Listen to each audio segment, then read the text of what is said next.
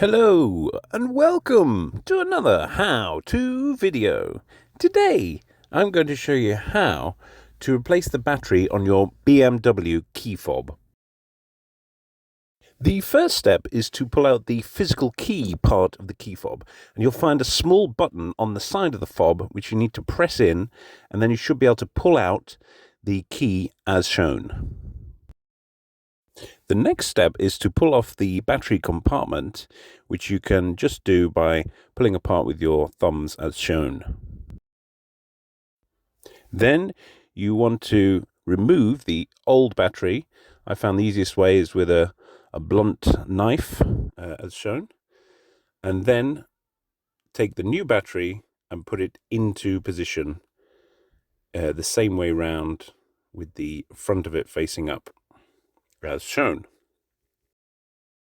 Then put the battery compartment back on. You just press them together until it clicks. Then finally slide the key back into position and you've completed the process. Well, I hope you found this useful. If you have, please like, share, subscribe for more, and say thanks if you can. Thanks very much for watching.